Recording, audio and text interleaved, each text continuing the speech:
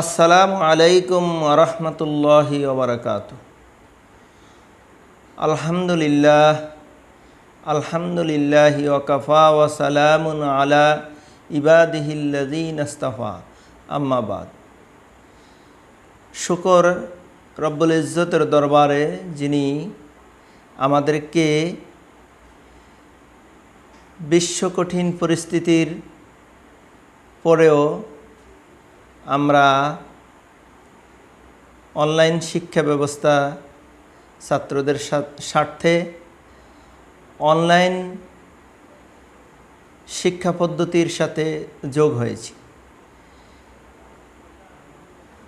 প্রিয় ছাত্রবিন্দু, প্রথমে আমি আমার পরিচয় প্রদান করি।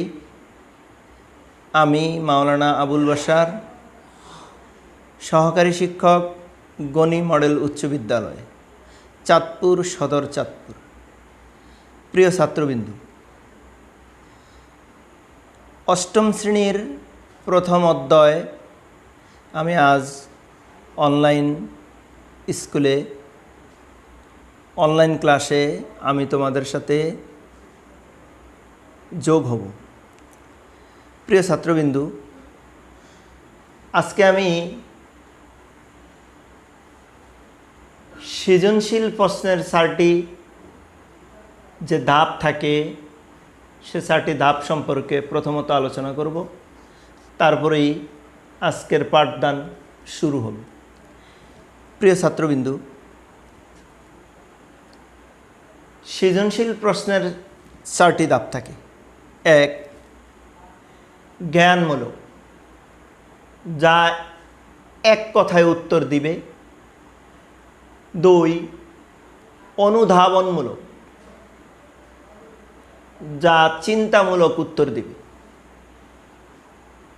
3, প্রয়োগমূলক, যা উদ্দীপকমূলক উত্তর হবে। 4, উচ্চতর দক্ষতামূলক, যা রচনামূলক উত্তর হবে। প্রিয় ছাত্রবিন্দু,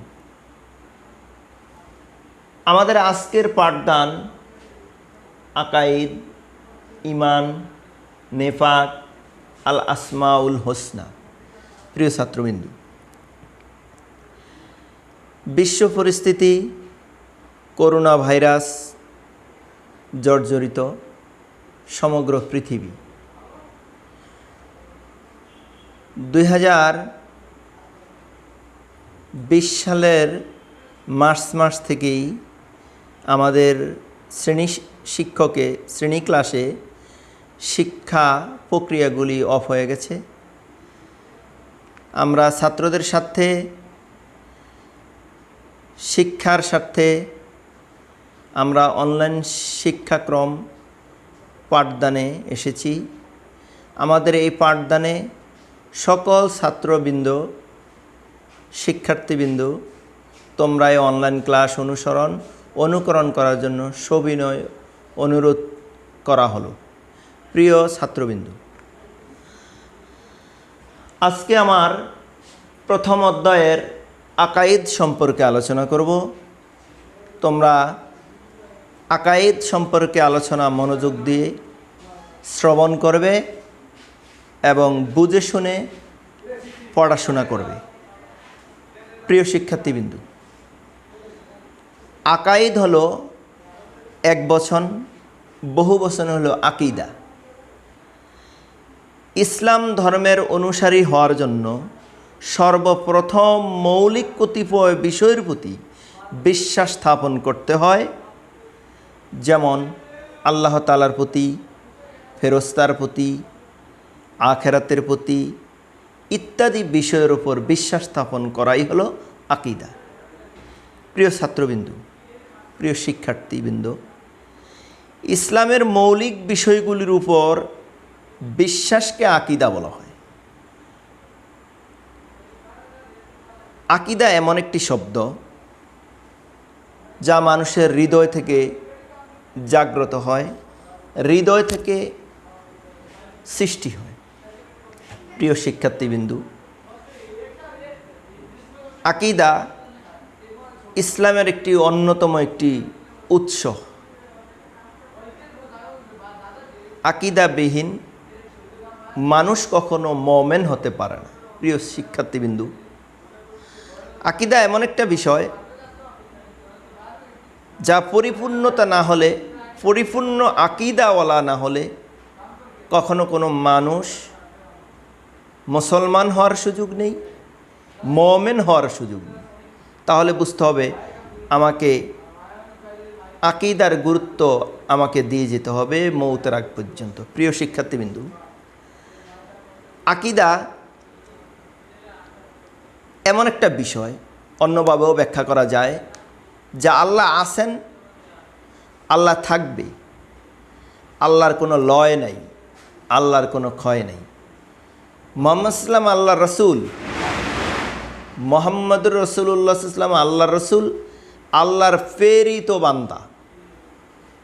মুহাম্মদ সাল্লাম শেষ নবী, শেষ পয়গম্বর। এটা দিল খোলে মন থেকে, অন্তর থেকে বিশ্বাস করাটাই হলো আকীদা। প্রিয় শিক্ষার্থীবৃন্দু, সমগ্র পৃথিবীতে মুসলমানদের মধ্যে আকীদায় দ্বন্দ্ব বিদ্বন্দ্ব সৃষ্টি হয়েছে। এগুলি কিয়ামত পর্যন্ত থাকবে। সংশোধন যোজন বিয়োজনের মধ্যেই আল্লাহ তার বান্দাদেরকে মনোনীত করে, আকীদাওয়ালা তৈরি করে, আল্লাহওয়ালা তৈরি করে, মুমিন তৈরি করে, তারা বেহেশতে বাসী হয়ে যাবে। আল্লাহ বেহেশত তাদেরকে নিয়ে নেবেন। প্রিয় শিক্ষার্থীবৃন্দু, আজকে আমি দ্বিতীয় যে বিষয়টি আলোচনা করব, ঈমান। ঈমান এমন একটি বিষয় যেটা মানুষের ইসলামের মূল বিষয়ের প্রতি বিশ্বাসকেই ঈমান বলা হয়, যেটা ইসলামী শরীয়তের প্রকৃত অর্থ। আল্লাহ তাআলা, নবী রাসূল, ফেরেশতা, আখিরাত, পরজগৎ, কিয়ামত, তাকদীর, এগুলি বিশ্বাস করাই ঈমানের দাবি।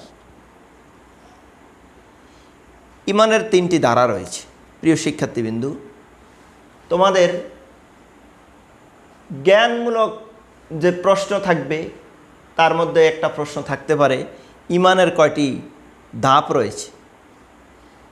সেখানে এক কথায় উত্তর, ঈমানের ধাপ হচ্ছে তিনটি। এক, অন্তরে বিশ্বাস করতে হবে। দুই, মুখে স্বীকার করতে হবে। তিন, তদানুযায়ী আমল করতে হবে। প্রিয় শিক্ষার্থীবৃন্দ, ইসলামের যাবতীয় বিষয়ের প্রতি আন্তরিক বিশ্বাস, মৌখিক স্বীকৃতি, তদানুযায়ী আমল করার নামই হলো ঈমান। প্রিয় শিক্ষার্থীবৃন্দু, প্রকৃত মুমিন হওয়ার জন্য এই তিনটা বিষয় অতীব জরুরি। প্রিয় শিক্ষার্থীবৃন্দু, আমাকে, তোমাকে, আমি, তুমি যারা মুসলমান, যারা মুমিন হওয়ার দাবি করি, যারা মুসলিম এবং মুমিন হয়ে কবরে যেতে চাই, ঈমান নিয়ে, আমল নিয়ে, তারা এই তিনটি বিষয়ের সাথে স্পষ্টকাতর হতে হবে। বিষয়টা হলো, আবারও বলছি প্রিয় শিক্ষার্থীরা, অন্তরে বিশ্বাস করতে হবে, মুখে স্বীকৃতি দিতে হবে, তদানুযায়ী আমল করতে হবে। অন্তরে বিশ্বাস করতে হবে। অন্তরে বিশ্বাস করতে হবে এমনিভাবে যে আল্লাহ রব্বুল ইজ্জত আছেন, থাকবেন, তিনি বেহেশত তৈরি করেছেন, বেহেশত আমাদের জন্য অপেক্ষা করেছে, জাহান্নাম আছে, আমাদের জন্য অপেক্ষা করছে, কবর রয়েছে, আমরা কবরে শুইতে হবে, কবরে আমরা যেতে হবে, আমাদের মউত আছে। এই বিষয়গুলো মনস্ফূর্তভাবে দিল থেকে সঠিকভাবে কায়মান বাক্যে নিজেকে আবৃত্তি করে রাখাটাই হলো ঈমান। প্রিয় শিক্ষার্থীবৃন্দ, ঈমানের 7টি শাখা রয়েছে। ঈমানের 7টা বিষয়ের উপর ঈমান ধাবিত হয়। ঈমান, আবার বলছি প্রিয় শিক্ষার্থীবৃন্দু, ঈমান 7টা বিষয়ের উপর অঙ্কিত, যে কোন কোন বিষয়গুলির উপর আমাকে, তোমাকে মুসলিম যারা, তারা স্বতঃস্ফূর্তভাবে মনোপ্রত্যভাবে গ্রহণ করবে সেই বিষয়গুলি হলো আল্লাহর প্রতি পূর্ণ বিশ্বাস। ইসলামের সর্বপ্রথম ও সর্বপ্রধান বিষয় হলো আল্লাহ তাআলার প্রতি বিশ্বাস স্থাপন করা। প্রিয় শিক্ষার্থীবৃন্দু, আল্লাহ তাআলা এক, তার অদ্বিতীয় কোনো শরিক নাই, লা শারিকা লাহ, তাহার কোনো অংশীদারিত্ব নেই। এটা বিশ্বাস করাই হলো আল্লাহর প্রতি পূর্ণ আস্থা রাখা, আল্লাহর প্রতি পরিপূর্ণ বিশ্বাস করা। আল্লাহ কাউকে জন্ম দেয়নি, আল্লাহকে কেউ জন্ম দেয়নি। আল্লাহ ওয়াহেদ, আল্লাহর খাওন নেই, আল্লাহর ঘুম নেই। আল্লাহ যাররা পরিমাণ বস্তুর প্রতি পর্যন্ত খেয়াল রাখেন। প্রিয় শিক্ষার্থীবৃন্দু, আমি তুমি জমিনে হাঁটতেছি, আমার পায়ে পিষ্ট হয়ে পিঁপড়া মারা গেল, তোমার খবর নাই, আমারও খবর নাই। আল্লাহ রব্বুল ইজ্জতের সম্পূর্ণ খবরদারি, তিনি খবর রাখেন। প্রিয় শিক্ষার্থীবৃন্দু, এটা বিশ্বাস করা যে আল্লাহ খবর রাখেন, এটা স্বতঃস্ফূর্তভাবে বিশ্বাস করাটাই হলো আল্লাহর প্রতি বিশ্বাস স্থাপন করা। দ্বিতীয়ত বলা হয়েছে ফেরেশতাগণের প্রতি বিশ্বাস। ফেরেশতা মানুষ সৃষ্টির পূর্বে সৃষ্টি করা হয়েছে, যদিও মানুষের রূহ তৈরি করা হয়েছে ফেরেশতা তৈরির পূর্বে কিতাব এসেছে, আর মানুষ সৃষ্টি কায়িকভাবে জমিনে এসেছে ফেরেশতাদের সৃষ্টির পরে। প্রিয় শিক্ষার্থীবৃন্দু, ফেরেশতা রয়েছেন অগণিত কোটি কোটি ফেরেশতা, যারা আল্লাহর রেজামন্দি হাসিলে ব্যস্ত। কোটি কোটি ফেরেশতা যারা আল্লাহর রেজামন্দিতে ব্যস্ত। আল্লাহকে আল্লাহ বলে স্বীকার করছে, আল্লাহর দাসত্ব করছে, আল্লাহর সমস্ত হুকুমগুলি ন্যানোসেকেন্ড পরিমাণ সময়ের আগেই আল্লাহর হুকুমগুলি কায়মান বাক্যে স্বীকার করে নিচ্ছে।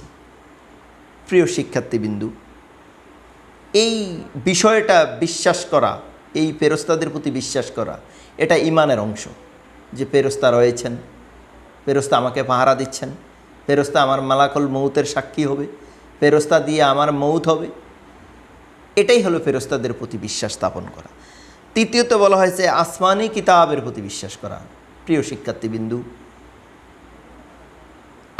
আল্লাহ রব্বুল ইজ্জত আদম সফিউল্লাহ আলাইহিস সালাতু ওয়াসসালাম থেকে মোহাম্মদ রাসূলুল্লাহ সাল্লাল্লাহু আলাইহি ওয়াসাল্লাম পর্যন্ত অসংখ্য পয়গম্বর আলাইহিস সালাতু ওয়াসসালাম পৃথিবীতে প্রেরণ করেছেন আমার এবং তোমাদের মিল্লাতে ইব্রাহিমকে দ্বীনের দাওয়াত দেওয়ার জন্য।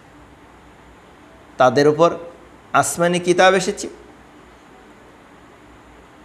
তাদের উপর 104খানা কিতাব এসেছে বিভিন্ন পয়গম্বরদের উপর। এর মধ্যে 4খানা বিখ্যাত হয়েছে, তাওরাত, জাবুর, ইনজিল, কোরআন। এই 4খানা কিতাব বিখ্যাত।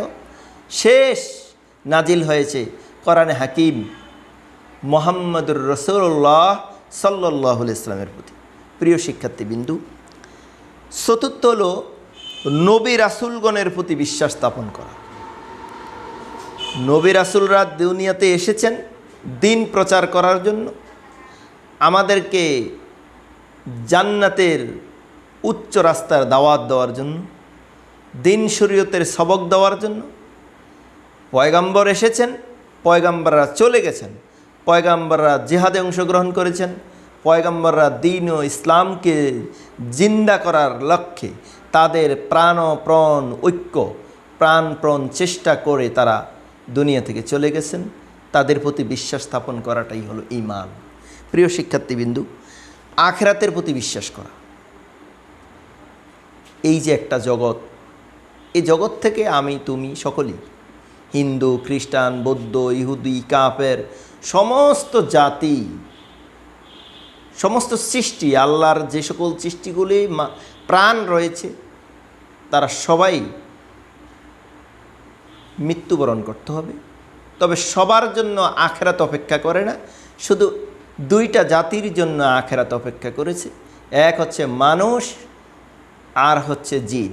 আল্লাহ বলেছেন, ওমা খালাক্তুল জিন্না ওয়াল ইনসা ইল্লা লিয়াবুদুন, আমি মানুষ এবং জিনকে সৃষ্টি করেছি আমার দাসত্ব করার জন্য।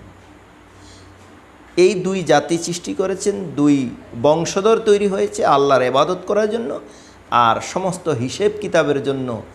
আখিরাতের পরকালের জগতে তারা অপেক্ষা করবে দুনিয়ার মুসাফিরি জিন্দিগি কিভাবে কায়েম করা হয়েছে। প্রিয় শিক্ষার্থীবৃন্দ, 6 নম্বর হচ্ছে তাকদীরের প্রতি বিশ্বাস করা। প্রিয় শিক্ষার্থীবৃন্দ, মনোযোগ শ্রবণে অনলাইন ক্লাসের প্রতি গুরুত্ব আরোপ করার জন্য আবারও বলেছি, তোমরা অনলাইন ক্লাসের প্রতি অত্যন্ত মজবুতি দৃষ্টি দাও। তাকদীর শব্দের অর্থ হচ্ছে ভাগ্য। প্রিয় শিক্ষার্থীবৃন্দু, একটি দেশ পরিচালনার জন্য একটা সরকার প্রধান থাকে।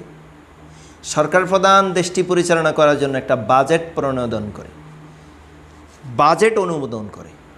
এই বাজেট অনুমোদনে 5 বছরের জন্য একটা নির্ধারিত হয় কতটা রাস্তা তৈরি হবে, কতটা পোল তৈরি হবে, কয়টা সরকারি ইমারত তৈরি হবে, কোন খাতে কত টাকা বাজেট দেওয়া হবে, কোন খাতে কত টাকা বরাদ্দ রয়েছে, টোটাল সমগ্র খাতগুলি তৈরি করে 5 বছরের জন্য। আল্লাহ রব্বুল ইজ্জত, আল্লাহ জাল্লা জালালহু আমাকে তোমাকে সৃষ্টি করেও পৃথিবীতে পাঠিয়েছেন একটা তাকদীরের বাজেট দিয়ে। যেই তকদীরের বাজেটে নির্ধারিত হবে আমার মৌত কোথায় হবে, আমি কখন দুনিয়াতে আসলাম, আমার কি হবে, আমার জীবন মরণ, আমার হায়াত, আমার জান্নাত, আমার জাহান্নাম, আমি কোন শ্রেণীর কোন দরজার, কখন আমার কি হবে, আমার জীবনটা সুখে যাবে না দুঃখে যাবে, কখন কিভাবে অ্যাক্সিডেন্ট হব, কখন কিভাবে সফল হব, সমস্ত বিষয়গুলি আল্লাহ রব্বুল ইজ্জত একটি শ্রেণীবিন্যাস তালিকা করে আল্লাহ আপনাকে, আমাকে, তোমাকে, সকল মানুষকে একটা তাকদীর নির্ধারিত ভাগ্যের ভাগ্যনামা লিখে দিয়েছেন। এটার প্রতি বিশ্বাস স্থাপন করাটাই হলো ঈমান। প্রিয় শিক্ষার্থীবৃন্দু, 7 নম্বরের কথা হচ্ছে মৃত্যুর পর পুনরুত্থান। আমরা মুসলমান, আমরাও মৃত্যুবরণ করব। ইহুদি, খ্রিস্টান, অন্য সকল জাতি সকলেই মৃত্যুবরণ করবে। কুল্লু নাফসিন যায়কাতুল মউত, প্রত্যেকটা প্রাণ যার রয়েছে প্রত্যেকেই মরণশীল, প্রত্যেকেই মরবে। তবে হিসাব দেবে 2 জাতি, জিন এবং ইনসান। আর এরাই কবর জগৎ শেষ করে আখিরাতের জগতে পুনরুদ্ধার হবে। পুনরায় আবার তারা তাদের এই জগৎ থেকে, কবর জগৎ থেকে আখিরাতের জগতে বিচরণ করবে। সেখানে যে যেইভাবে পৃথিবী কায়েম করছে সেইভাবেই, সেই হিসাবে, সেই আমলনামার তাকিদে সেইভাবে আখিরাত থেকে বেহেশত পর্যন্ত সেইভাবে ভোগ করবে। প্রিয় শিক্ষার্থীবৃন্দু, অনলাইন ক্লাসের প্রতি মনোযোগী হতে হবে। কখন কিভাবে ক্লাস হচ্ছে, কি বোঝানো হচ্ছে, সেই বিষয়ে শিক্ষার্থীবৃন্দু তোমাদের নজর থাকতে হবে। প্রিয় শিক্ষার্থীবৃন্দু, আজ আমি 3য় বিষয়টা, যেটা হলো নেফাক সম্পর্কে আলোচনা করব। নেফাকটা হলো, নেফাক শব্দের অর্থ হচ্ছে ভণ্ডামি করা, কপটতা করা। নেফাক শব্দের অর্থ হচ্ছে দ্বিমুখী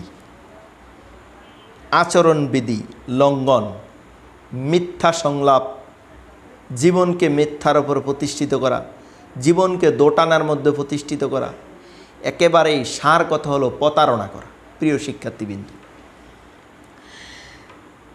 ইসলামী শরীয়তের পরিভাষায় মুখে ঈমানের শিকার, অন্তরে অবিশ্বাস করাকে নেফাক বলা হয়। যেমন আল্লাহ রসুল সাল্লাল্লাহু আলাইহি সাল্লাম বলেছেন, আল্লাহ নিজেও বলেছেন, ইন্নাল মুনাফিকিনা ফিদ দারকিল আসফালি মিনান নার, মুনাফিকরা জাহান্নামের সর্বনিম্ন দরজায় প্রবেশ করবে, সর্বনিম্ন স্তরে থাকবে। এখন মুনাফিক কারা? মুনাফিক হলো ওই জাতি, ওই শ্রেণী যারা কপটতা করে, মিথ্যাচার করে, দোটানা করে, ত্রিমুখী আচরণ করে, ত্রিমুখী ভাব অর্জন করে, মিথ্যা থেকে মিথ্যার আশ্রয় গ্রহণ করে, এক জায়গার কথা অন্য জায়গায় উত্তোলন করে, বিভিন্নভাবে তার চরিত্রের সাজসজ্জার রূপ দুনিয়াবি দিয়ে দুনিয়া কায়েম করে, তারাই হলো মুনাফিক। প্রিয় শিক্ষার্থীবৃন্দ, আল্লাহ রসুল সাল্লাল্লাহু আলাইহি সাল্লামের জামানায় আল্লাহ রসুলের যুগেও যথেষ্ট মুনাফিক ছিল, যে আল্লাহ রসুল ইসলামের দরবারে তারা বসে থাকত, সত্য সংবাদগুলি তারা সংগ্রহ করে কাফের মুশরিকদের কাছে তারা এগুলি বর্ণনা করত, আর বলে দিত যে আমরা তোমাদের ধর্মকে রেখে মুসলমানের মুহাম্মদের ধর্ম গ্রহণ করার জন্য যাই না, আমরা সেখানে যাচ্ছি তথ্য সংগ্রহ করার জন্য আর মুহাম্মদের মনোরঞ্জন করার জন্য। তো এরা হচ্ছে ইসলামের দৃষ্টিতে মুনাফিক, আল্লাহ রসুল নিজেও বলেছেন। প্রিয় শিক্ষার্থীবৃন্দ, একটি উদাহরণ দিচ্ছি। মুনাফিকদের যিনি লিডার ছিলেন, মুনাফিকদের যিনি সর্দার ছিলেন, তাহার নাম আবদুল্লাহ ইবনে উবাই। এই আবদুল্লাহ ইবনে উবাই মুনাফিকদের মধ্যে সর্বক্ষমতার অধিকারী ছিলেন এবং তিনি তুচ্ছ তাচ্ছিল্য, ধর্ম নিয়ে বাড়াবাড়ি, ধর্মের বিভিন্ন কথা মুশরিকদের কাছে জানাজানি রাসূলুল্লাহর কাছ থেকে সংগ্রহ করে কাফের মুশরিকদেরকে জানান দিত, কাফের মুশরিকদের কাছ থেকে কিছু তথ্য সংগ্রহ করে মুহাম্মদের কাছ থেকে মুহাম্মদের কাছে জানান দিত। প্রিয় শিক্ষার্থীবৃন্দ, এই আবদুল্লাহ ইবনে উবাই যখন মৃত্যুবরণ করে, তার ছেলে আবদুল্লাহ মুহাম্মদের কাছে এসে বলে, আল্লাহর নবী মুহাম্মদ রাসূলুল্লাহ, আমার বাবা তো মৃত্যুবরণ করেছে, আমার বাবা দিন পেয়েছে, তার জানাজাটা আপনি পড়িয়ে দেন না। মুহাম্মদ রওনা হয়েছে আবদুল্লাহ ইবনে উবাই মুনাফিক লিডারের জানাজার জন্য। আল্লাহ রাসূল সাল্লাল্লাহু আলাইহি ওয়াসাল্লাম যখন মুনাফিক সর্দার আবদুল্লাহ ইবনে উবাইয়ের জানাজার জন্য যাচ্ছেন, তখন হযরতে ওমর ফারুক রাদিয়াল্লাহু রাসূলের আস্তিন্য ধরে বললেন, হুজুর আপনি কার জানাজায় যাচ্ছেন? যিনি এত বড় ক্ষতি করেছে, দুনিয়ার কাফের মুশরিক, দুনিয়ার ইহুদিরা মুসলমান এবং মুহাম্মদের এত ক্ষতি করে না যতটা ক্ষতি করেছে আবদুল্লাহ ইবনে উবাই মুনাফিকরা। আল্লাহর নবী হযরত ওমরের প্রশ্নের উত্তর দিলেন এভাবে, যে আমি যদি তাহার জন্য ৭০ বার জানাজায় আদিষ্ট হই আর ৭০ বার তার জন্য মাগফিরাত কামনা করি, তাতেও কোনো লাভ নেই। মুনাফিকদের ক্ষমা হবে না, আল্লাহ ক্ষমা করবেন। প্রিয় শিক্ষার্থীবৃন্দ, আমরা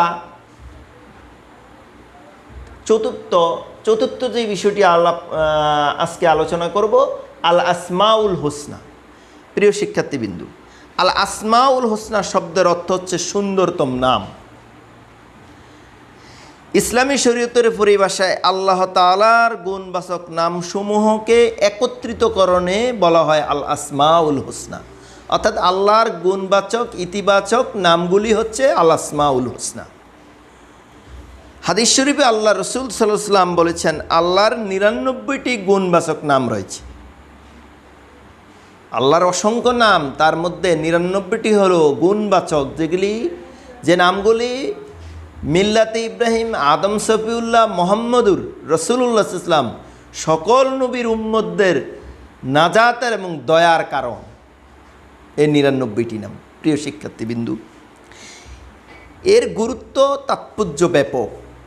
আমি আজ এমন একটি আল্লাহর গুণবাচক নামের ব্যাখ্যা বিশ্লেষণ করব।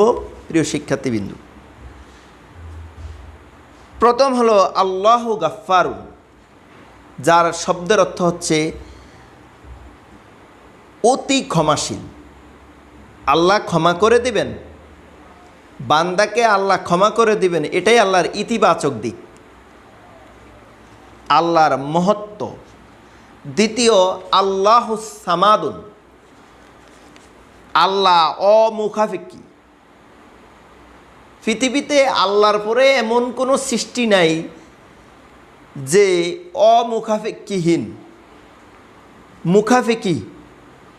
সকল সৃষ্টি আল্লাহর আল্লাহ ব্যতীত সবাই মুখাফেকি, একজন আরেকজনের কাছে দ্বারস্থ, একজন আরেকজন ছাড়া কোনো কিছুই হয় না বা সব কিছু সক্ষম হয় না। প্রিয় শিক্ষার্থীবৃন্দু, আল্লাহ সামাদুন, আল্লাহ এমন এক আল্লাহ যিনি অমুখাফেক্ষী। আল্লাহ তাআলা কারো মুখাফেক্ষী নন, তিনি স্বয়ং সম্পূর্ণ। প্রিয় শিক্ষার্থীবৃন্দু, অনলাইন ক্লাসে গুরুত্ব দেওয়ার জন্য সবিনয় অনুরোধ করছি। বিশেষ করে গনি মডেল উচ্চ বিদ্যালয়ের সকল শিক্ষার্থীবৃন্দু, তোমরা অনলাইন ক্লাসে আসবে। আগামী ক্লাসে আবার প্রথম অধ্যায়ের পরবর্তীতে বিষয়বস্তু নিয়ে আলোচনায় আসব। আমার জন্য দোয়া করবা। আসসালামু আলাইকুম ওয়া রাহমাতুল্লাহ।